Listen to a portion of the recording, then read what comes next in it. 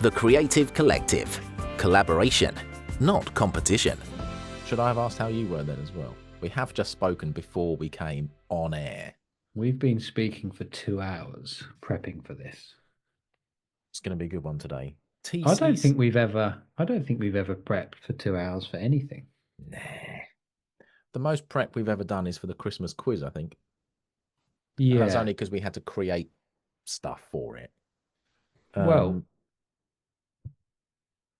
what? Well, talking, it's a perfect segue. It's like we planned it. Talking of creating things. You don't know what the subject is today. You're coming in blind. I came up with this subject a few days ago. And I thought, oh, this would be perfect. So we arranged episode 2. And it's all about losing your creative mojo. So my question to you, Whiskers, is since... It is as well. Yeah, I like it. I don't think you should ever shave again, by the way. I just think you should. I think this should be the lowest growth that you have. Really? Yeah, I don't think you should go any shorter. It's getting to the point I taste it when I eat. Yeah, that's the fun bit. Is it though? Anyway, since being in business, yes. When was the last time you lost your creative mojo / spark? And what did you do to get it back? Well, the first answer is I think there's two. I don't know whether I ever really lose my creative mojo. I lose my spark in terms of how chipper I am about business in general. My way of dealing that is sending a voice note to you saying I'm failing, and then you voice message back and say no you're not, and then everything's all right again. So if you could give your number out, we'll put that on screen for everybody. Voice note Ben, and he will sort out the low periods in business, or just someone that you're quite close to. Create like. I guess I just stopped doing creative things. I don't think it's that I have lost my creative mojo as such. I just might not have time for them. If that makes sense. Okay.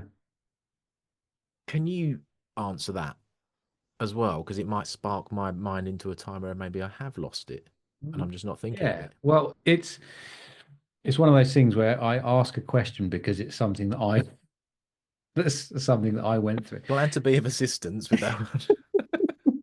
I'm using you. It's like a person who asks a question so they can talk about themselves. And we've all been in conversations with those kind of people. Haven't we just? And you're in a conversation like that just now. No.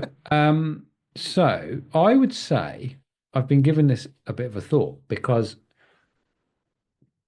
I reckon, well, let's go back a couple of steps. When I say losing my creative mojo or creative spark, I'm seeing that as not wanting to do creative stuff outside of work. Ooh. Okay. Because if I'm on a project, a video project or photography, I like to think that even if I'm not feeling completely inspired, I'll still get the job done and the client will be happy. Now, of course, you need some creativity for that, but it's not the type of creativity that when you get a real buzz from it, where you think, oh, that feels good.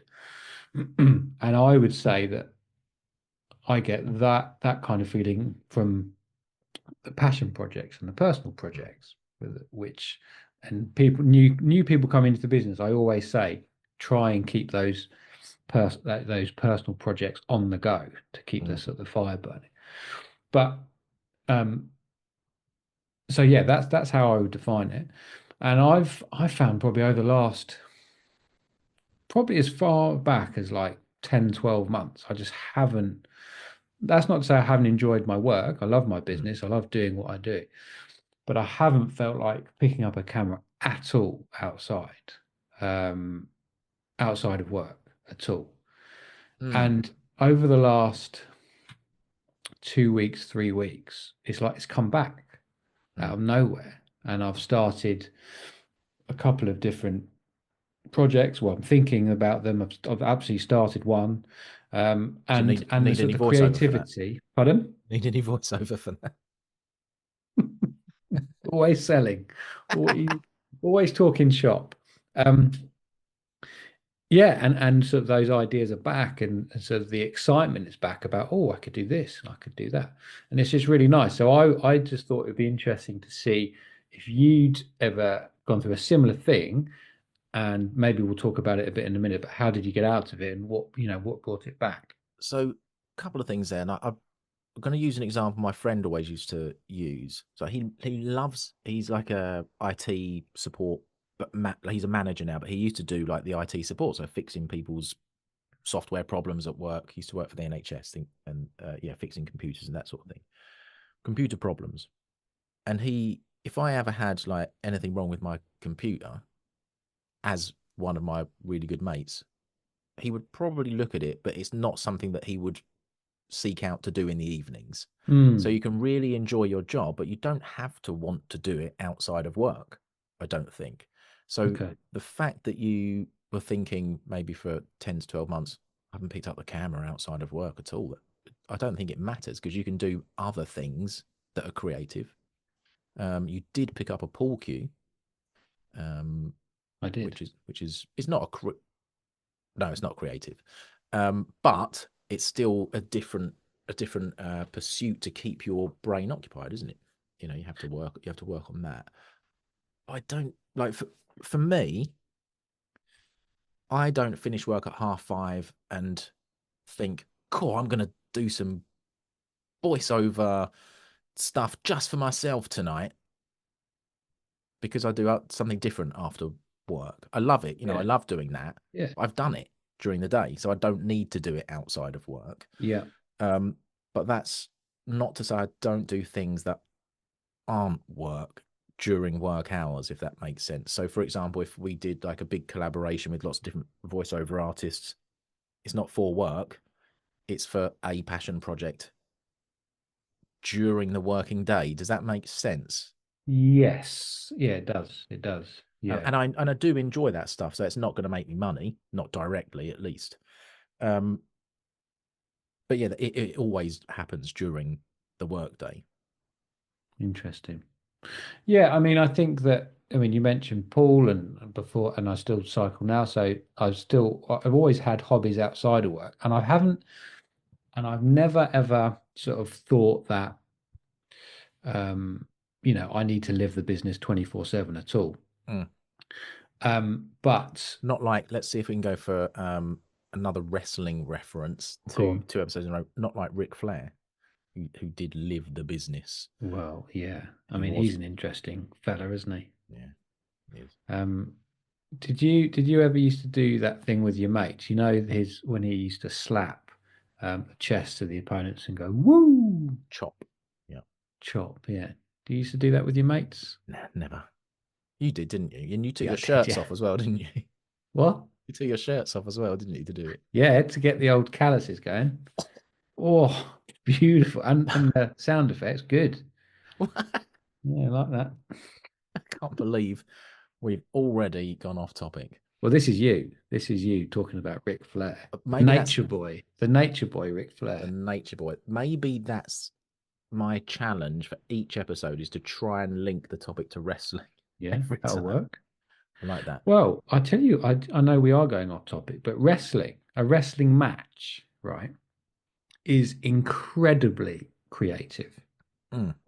Because it's like a dance between two people, and they need to work with each other to make a good match for the audience. They need to create the storyline. So it's incredibly creative. It's a piece of art. I think so. It's like ballet, but with greased up people. Yeah. Instead.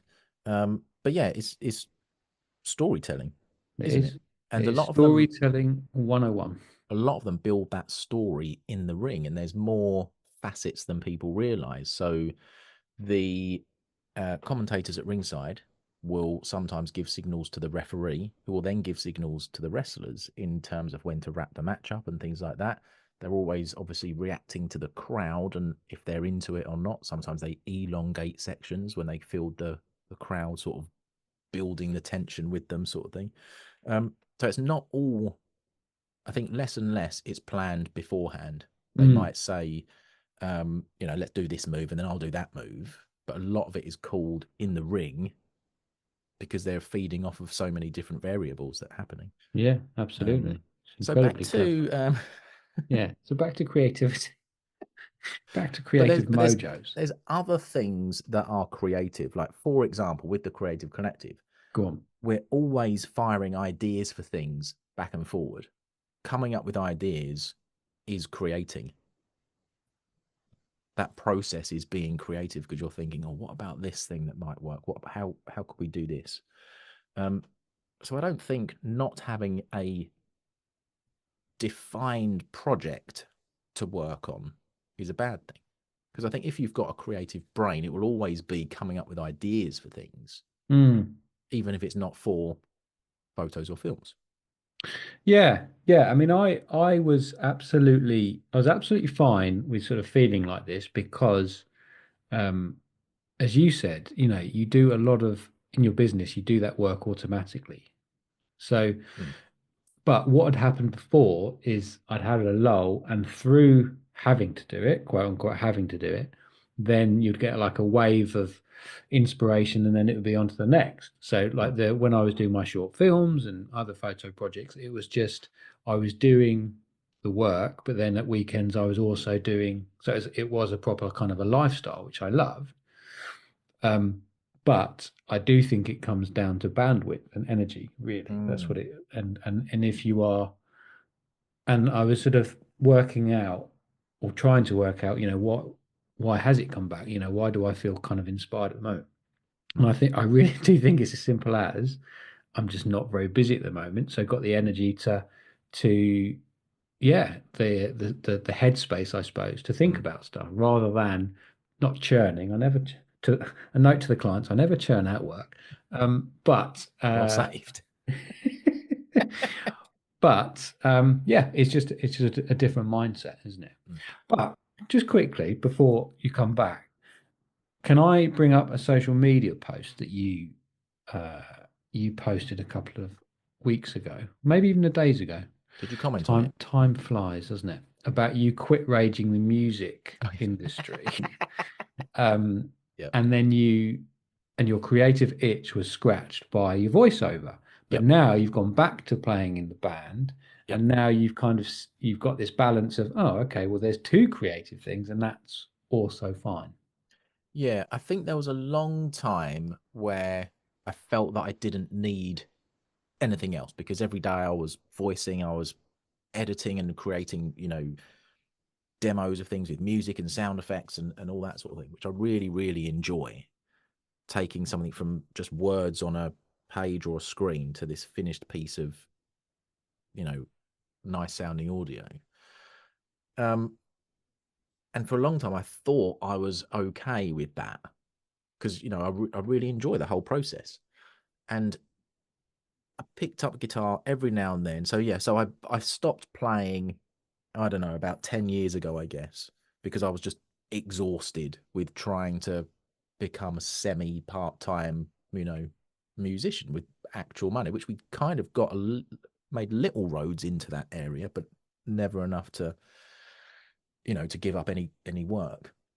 And it wasn't until sort of last or the beginning of this year, maybe, someone I was in a band with said, "Go on, let's give it another go now. Our kids are a little bit older. Let's have a go." I said, I really do not feel the need to do it though. Like, there's nothing that says, yeah, this would be good. This would be good fun. And he was like, yeah, but there's no pressure this time. We don't need to book gigs. We're not trying to make it. We're all, we've got houses and kids and professions that we're doing.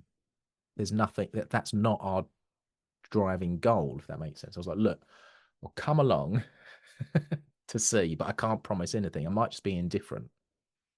And I went along and I loved it. Hence buying loads of pedals. Yeah. And yeah, I think it's made me, in a way, I love you in a way. made me feel more creative. So what I was going to say to what you were saying was, if you're in that place, do something creative to reignite it. Because it's made me happier as well, which is obviously a better place to be in, I think, for starting and continuing creative things. Not saying that you can't create when you're in a bad mood, because you think of dark paintings or dark poetry sort of thing. You've got to be in a certain place for that. But since having another creative outlet, I feel better as a human. Do you think that's because it's a creative outlet, or it's just something you love? I've always loved it, like playing it. Well, I started quite late. When I was 18, I learned guitar. I've got to say, not learned, but started playing guitar. I still haven't learned how to play guitar. I play it. I think partly because I loved it. I maybe I'd forgotten how much I loved it, and just thought I'd done that. I don't need to do it anymore. But it was obviously still in there somewhere. It was in your blood. It was dormant, just waiting to come back out. But yeah, I think there's always room for. Now I've sort of convinced myself over the past sort of 6 to 8 months, there's room for other creative things, and it doesn't have to be your creative job. Nice. But there are people that will finish their job and then start doing more of the same just for fun. Yeah, I'm in awe of those people though. Well, I sort of get it, and I don't know if they're lying, but you get certain people that seemingly, and it mostly is in the creative profession, because most of the people starting a business in the creative profession is because they loved it before, generally speaking. And so they thought, oh, this would be nice if I can make this a living, that would be amazing. But you do get certain people, just say you're a photographer, and you would be doing weddings and commercial stuff, and then in your own time you would be doing personal projects, you'd be going to galleries, and literally your whole life is images and your business and everything, and it's your hobby and your life. And I'm kind of in awe of those people, because I just would get fed up with it too quickly. And I would it sounds awful, but I'd get kind of bored. So I don't actually think that having these peaks and troughs is a bad thing, but I think that maybe when inspiration strikes, you kind of got to ride that wave until you hit the brick wall again. Yeah, it's like what I used to do before was database management. I never came home from work and thought, cool, I'm going to crack open a database and look at some data. Yeah, cool, yeah, can't wait for that tonight when I get in and do more of the same. It's obviously different now because I really enjoy what I do, but I think I still need that separation between work and not work. Because obviously running your own business, it is kind of like you're always on. Sorry, but if you can switch part of it off at least. And for me, that's the talking, the editing, the writing scripts and all that sort of stuff. My brain needs other places to go. Yeah. I think to refresh and recharge. Yeah. It's interesting you find that in another branch of creativity, because you mentioned pool earlier, and so sport, for instance, outside of my business is where I go, because it is a total break from creativity. It's not, because I find very tiring sometimes, and so I'm exactly the same as you. Having that break is quite important. But then, yeah, like I said, like over the last month or so, but having said that, thinking about what you said, just working through it, I feel like it's a counselling session.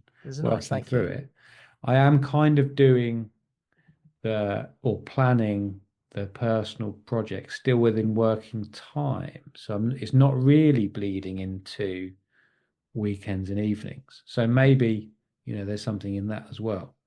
Because it's still going to benefit the business. Anytime you're working at anything related, it's going to benefit it, isn't it? So maybe Yeah. there's something in that too. Yeah.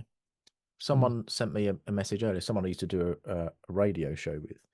He said, "Oh, do you fancy doing like recording some bits for a radio drama? It'll be unpaid, obviously, but Obviously. and that's his passion project. Because I know him quite well. I said yes, I will do that during working time.